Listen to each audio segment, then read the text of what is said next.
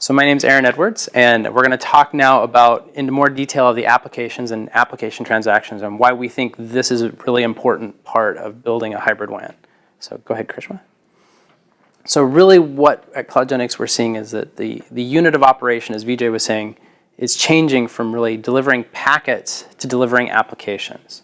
And this gives you a lot more capability and a lot more rich information about how a network's performing and how an application is performing as this transition happens. Because previously, if you looked at what a network device was focusing on, it's focusing on delivering packets. So you're doing things like how big is a packet, how much bandwidth, how many packets per second, jitter loss, and that's how you were kind of trying to say how well is a network working. But if you look at the application level metrics, you look at things like transaction time, flows that are being established, failures and errors of applications to actually establish flows, how does the application perform, what direction are these flows going, this directly relates to what the end user is experiencing in the branch. So I can have a case where I've got a whole bunch of packets going through great, but the application itself could be performing horribly. Maybe DNS resolution is failing, maybe someone has misconfigured a firewall, maybe someone has done a whole bunch of different things that are not link-centric metrics. And so being able to take each application and see how it's performing, and then using that performance analyst to be able to say, all right, now here's how we're going to actually select a link, here's how we're going to select a path. If this application is being blocked by a firewall on this path, well, now we need to switch to a different path. So go ahead to the next slide. So when you've got packets going back and forth on the network, it's really difficult to maintain the symmetry. So if you look at a traditional network today, if I'm doing BGP on the internet and I've got the remote side doing BGP, or I'm doing BGP even in my network, I'm going to make a path selection to send traffic on a path.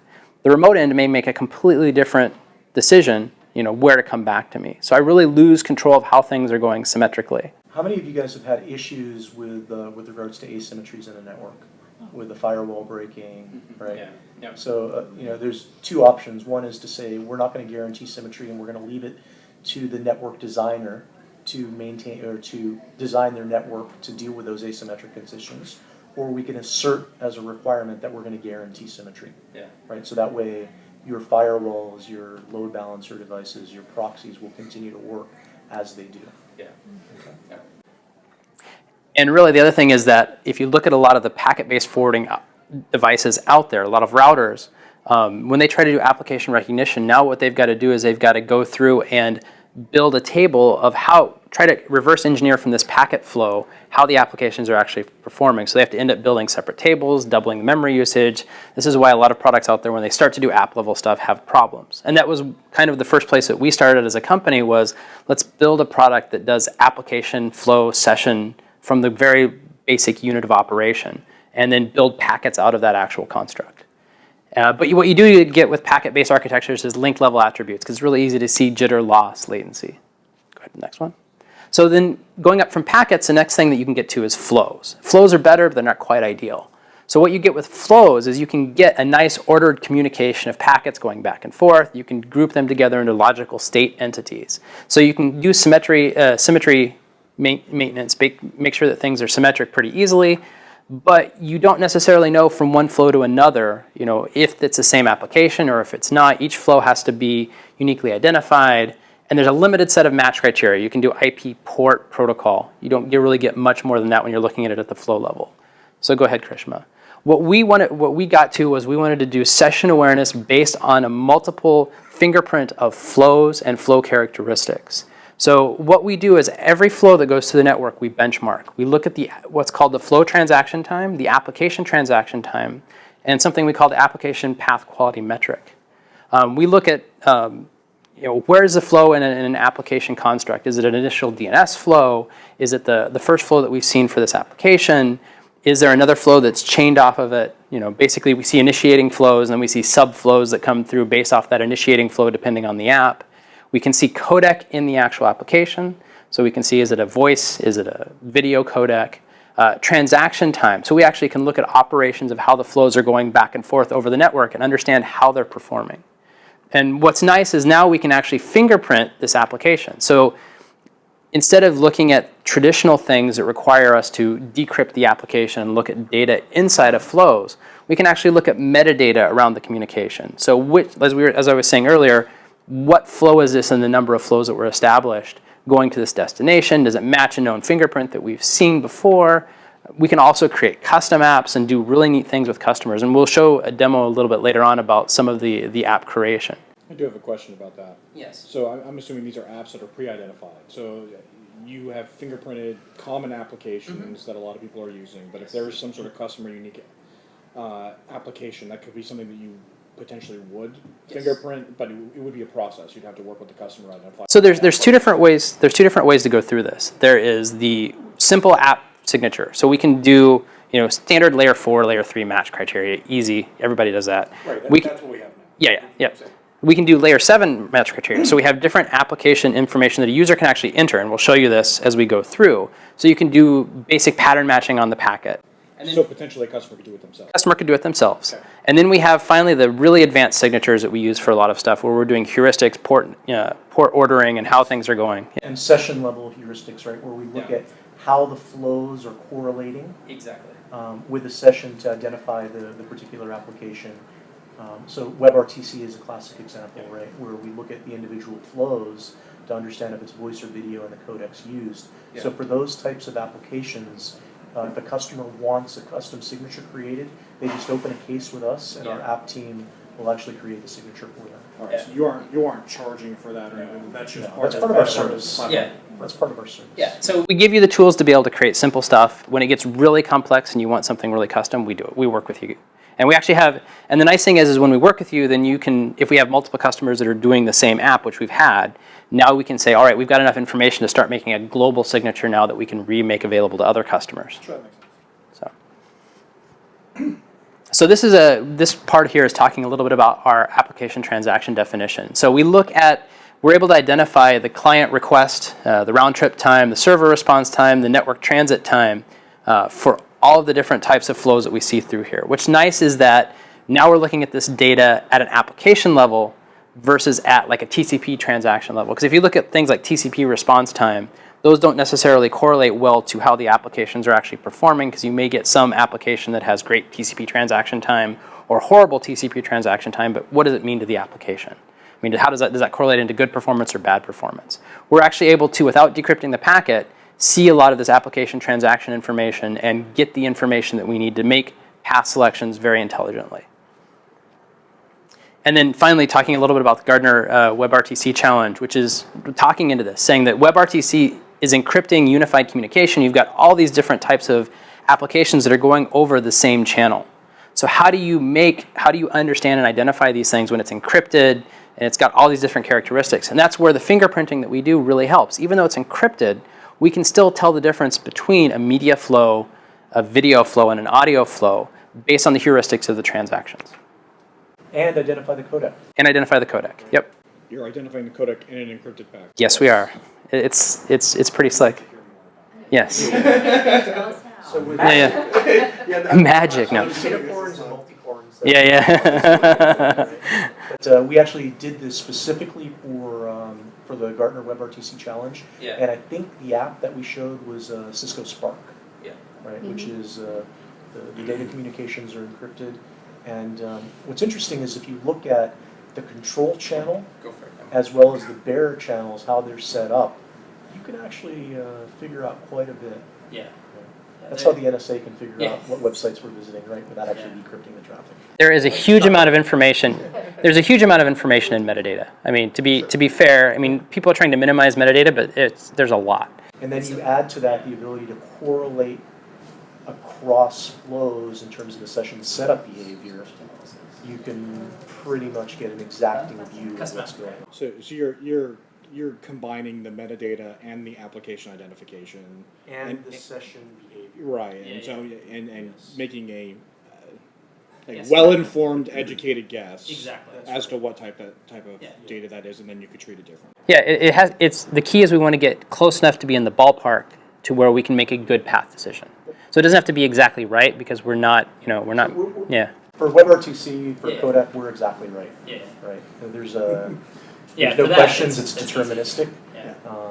There's very little uncertainty. Right. Well, what we do is there's 3 passes. The first is we use your typical tuple-based information about this 365. Then we will use any additional information with regards to metadata, which will take us to the next level. And then we look at the session behavior, and then we could identify the sub-application and the codec. So because we're taking a staged approach, we can actually zoom in with a perfect degree of fidelity on your traditional enterprise applications. So what we're going to show now, the first demo we're going to show is the application creation demo. So we're going to show exactly what we were talking about earlier, the simple app creation. So what we've got here is we've got our flow browser, which shows from a site all the flows going through the network. And as Krishna is going to show here, we are seeing what we call enterprise HTTP or enterprise HTTPS.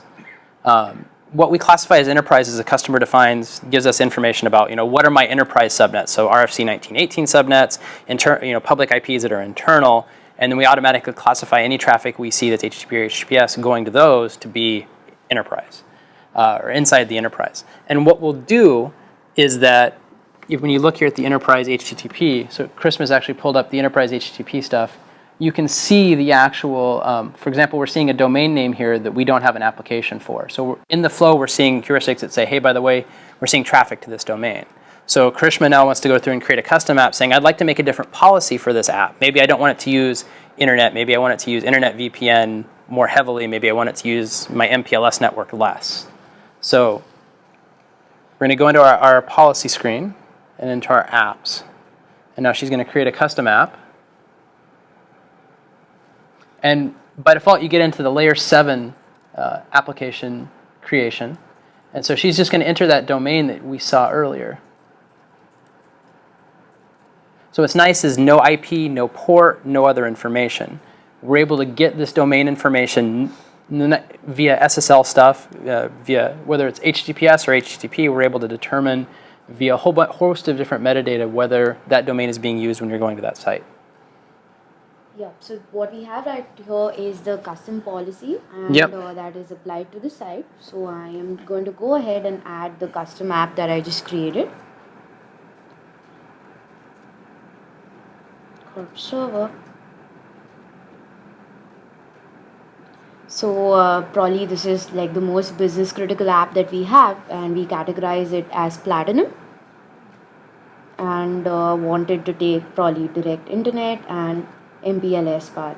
So we select the allowed paths for that app and save this.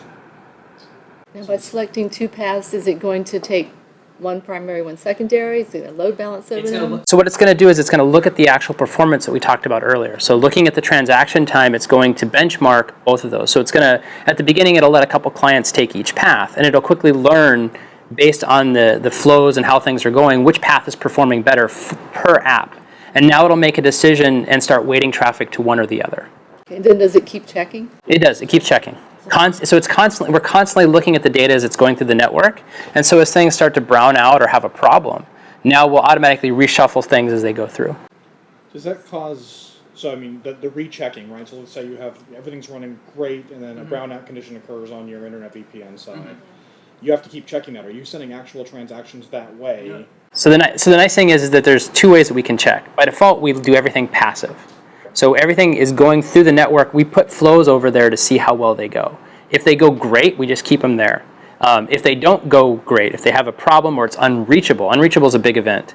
So that we will then move that flow back to the MPLS and have it restart and go that way. So you do your own checks before you send traffic that way. So you're doing your own flow checks across things. Maybe a different way of putting it is once a path violates an SLA, we will generate synthetic probes periodically to see when the link is recovered for that particular application. Exactly. And you won't start checking with live traffic again until it's back to SLA standards. So it's a matrix of a couple different things. The first thing is the actual application performance along with the link performance. So for example, if the link level statistics go below minimums, then we try to move everything away from that link, because there's obviously something significantly wrong with the link.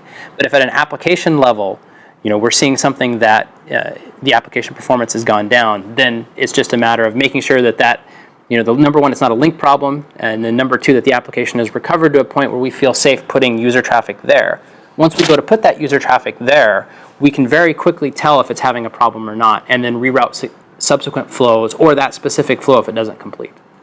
How many of you guys have had the classic case of John or Jill calling in saying, hey, the application isn't performing as well as it used to, and it's not performing well, therefore it's your fault, right? Yeah. So one of the things that we do, the second you create any of these apps on a per site, application basis, we determine a baseline level of performance. So what is your typical application transaction time? And then we use that for determining our thresholds for path selection. So we will send traffic across all paths that are available that are generally what they're used to. Yeah. And then when a path starts to misbehave and exceeds a threshold where it performs worse, then that path is no longer eligible. Yeah. Okay. So it's that definition of normal which is one of the key differentiating factors of our solution. I've certainly seen different paths do bad things to specific applications, either because an ISP is doing things to HTTP traffic or whatever, right? If everything's encrypted, though, is keeping track of behavior on a per app basis really meaningful? Yes, because if you How can my ISP hurt one application after it goes through your box? So there's a couple of ways, right? One, depending on the filters and the proxy settings and the peering points that the ISP and the provider has, those could actually have specific problems. The other thing is there may be a firewall that's doing DPI and maybe it's decrypting a stream and it's accidentally blocking the flow. I guess I'm working from the assumption that your VPN makes my traffic totally opaque. It does, except when you're going to direct internet. So we don't have to use our VPN, yeah. So if you're going direct internet, right? With a typical SD-WAN solution, you would have to go through a gateway, right, and then go off to the internet. We can, because we're at the session level, we can allow you to go direct to the internet and do multi-pathing, right? We'll measure the application performance to Office 365 via direct internet, internet VPN, and private WAN. So we're not actually encrypting that above and beyond the session level encryption because there's nothing to decrypt it. So we've seen scenarios like that where the network does introduce problems. For SaaS-based applications, it's a big deal. So this is to expand on what Vijay is talking about. This is one of the really big differentiators that we have as well, is that you can put us in at one site day one, and now you get benefits across all the applications that you're getting because you get all of this performance detection. We don't have to have another device on the remote side. So you don't have to put a device in your data center. You don't have to put a device in your every branch. You start getting value of Cloudgenix right when you put that first device in there from the application steering. Because now we can say, well, I've got this direct internet path, I've got this direct private path. I can't send anything tunneled to another Cloudgenix device, so I can't control that it goes to a specific site. But I can see, stuff going to the internet is getting this performance, stuff going on my MPLS is getting this performance. I can at least steer between those two. Gotcha. I think you said something earlier about simple deployment by the staff at the retail store, that kind of thing. Yep. And without removing your existing routers or VPN solution, that kind of, is that a bridge deployment in that case? And no steering, I imagine, in that case. No steering. Okay. No, I'm sorry. We still do the steering in that case. Meaning So- for a bridge, isn't my path already selected? So that'd be, so that's one of the. Why don't we cover that? We'll cover that in a session? little bit. Yeah. We're going to talk about control in that Cool, thank you. I have a question more about detection and moving traffic accordingly, and kind of a reverse look at it. So there's been a lot of talk about application identification, application-specific performance monitoring. I'm assuming it's all leading to the idea of being able to move application traffic between different paths based off of the performance of that application. So I have a little bit of concern in that, right? Because now we're making network level changes based off of application performance, right? Is it possible, and I guess is this something that's been thought through, that you're going to be migrating traffic through from a preferred path to a secondary path because of something that could be an application issue, something that's not network related at all? That's actually a really good point, because if you look at, and going back to I'll try to answer this quickly, but going back to the graph that. You're going to see that in the next. I'm jumping the gun. Then we can. Yeah. Let's jump. Let's go through the next demo. Yeah. You'll get visibility in terms of the server side versus the network side. Yeah. So why don't we reserve that for the next session? Fantastic. Okay. Yep. Okay, good point. So just to close on this demo, we are back to the Flow browser, and I'm just going to quickly search by the app that I created.